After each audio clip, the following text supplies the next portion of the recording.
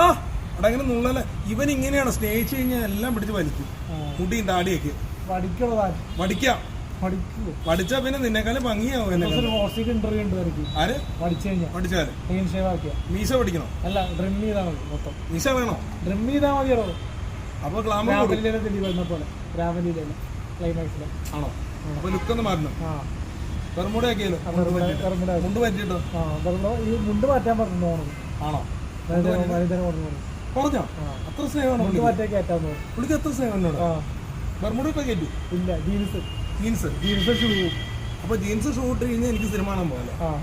ദൈവമേ, ഉറപ്പാണോ? ഉറപ്പാണ്.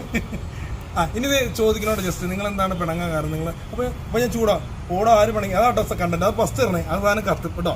അപ്പൊ കമന്റോട് കമന്റ് ആയിരിക്കും. കാരണം എന്ന് വെച്ചാൽ ആളുകളൊക്കെ ഞങ്ങൾ പിണങ്ങി എന്നുള്ള രീതിയിൽ, അതുകൊണ്ടാണ് പറഞ്ഞത്. ഞാൻ ഓക്കെ പിണങ്ങി എന്നുള്ള സാധനം കേട്ടോ. കയറി